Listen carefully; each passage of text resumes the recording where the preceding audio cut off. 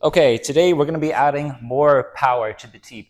If you saw my previous video, you already know a bit about form and you know about the setup, creating the window. But if you don't know about all that, you can check out the video before. So we have Hoy to help demonstrate. So, of course, you need to know the form again. Yep, chamber, and then swing the arm back, all right? Already, that's a good teep, okay? But there's a few extra details that you can add on to make it even stronger, okay?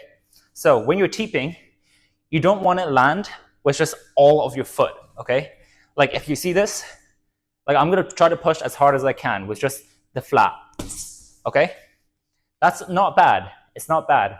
But if you use like the ball of your foot, like here, okay, and you land like this instead, you get just that bit more range and more power because all that pressure is smaller, okay? So if you watch again, this is flat, and then this is the ball of the foot.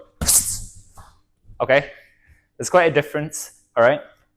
There's a lot more power in that, and you get a little more oomph, okay? Especially, like if you want to knock the wind out of someone, if you're hitting the ball of your foot into someone's like sternum or their, what's it called again? The solar plexus, right? Thank you.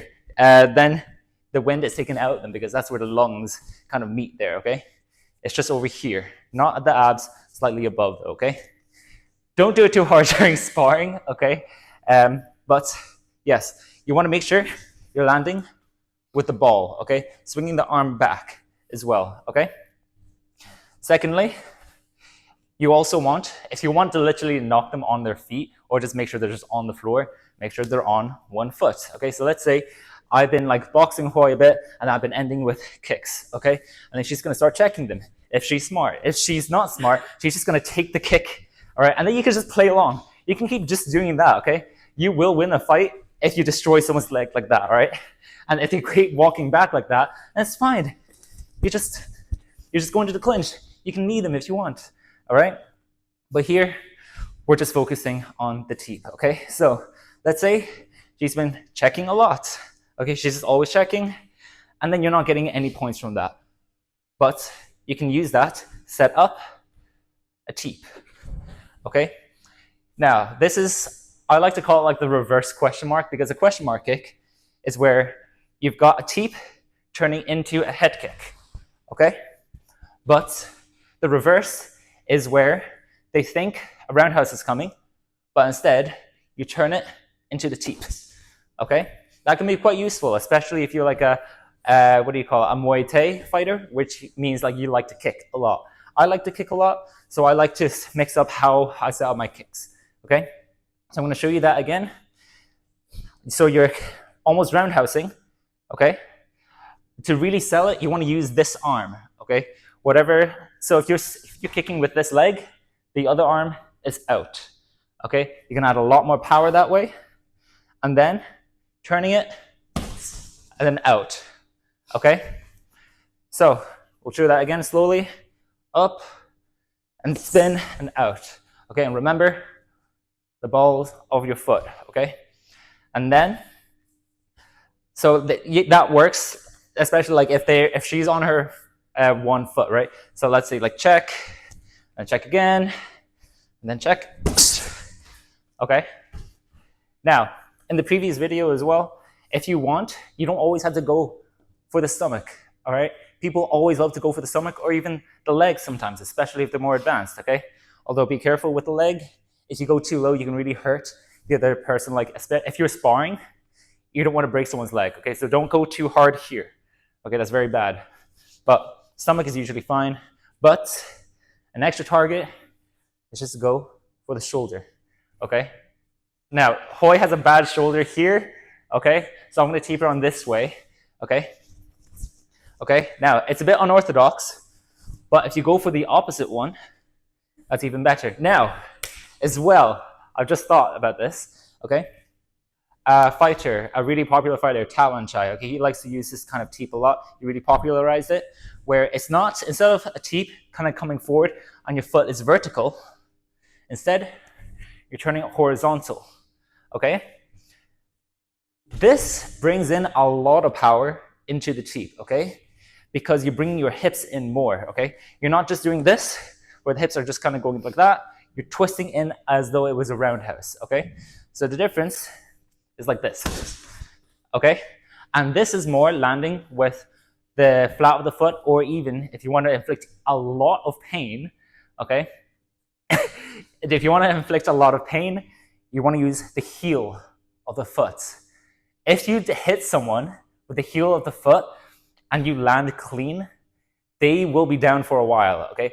Like especially in the solar plexus, okay? Because that's landing bone, okay? That's like a huge, it's like a spear going straight in, okay? It's a lot harder, okay?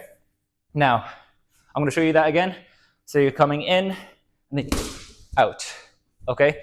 Try to land with the heel if you can. If not, you can just use the whole foot, okay? That works too.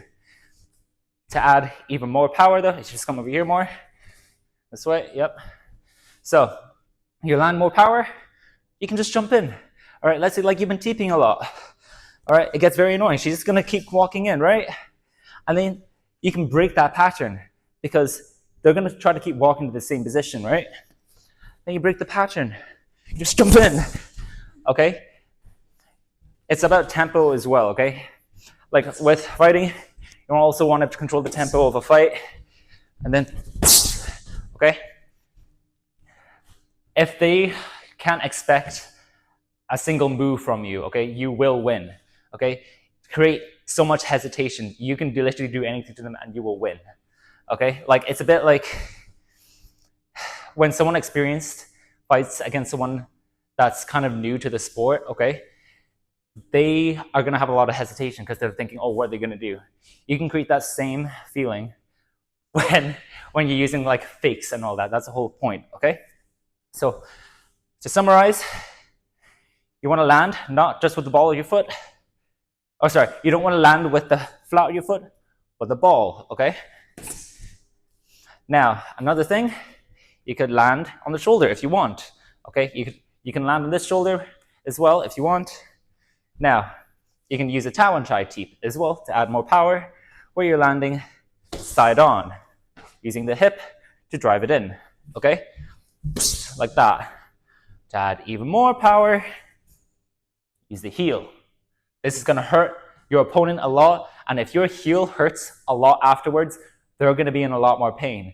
If you land this in an actual bout, it will be a very hyped moment, basically, okay? Because they will be down for quite a while, but you will also be limping because of how painful you hit them, okay? Now, last thing, to literally just send them flying, okay? As they're walking in, you wanna jump in, okay? That's as much power as you can add to the teep, okay? Even if they're up on one foot, that's even better, okay? So you don't have to go on one foot though, all right? So all you're gonna do, you're gonna walk in. So it might be teeping you a lot, and then in, okay? That's how you can add more power to the teep. If you want like a more in-depth breakdown of how you can have an even more explosive teep, then you can check out the top link of this video. Hopefully this is helpful though. Bye-bye.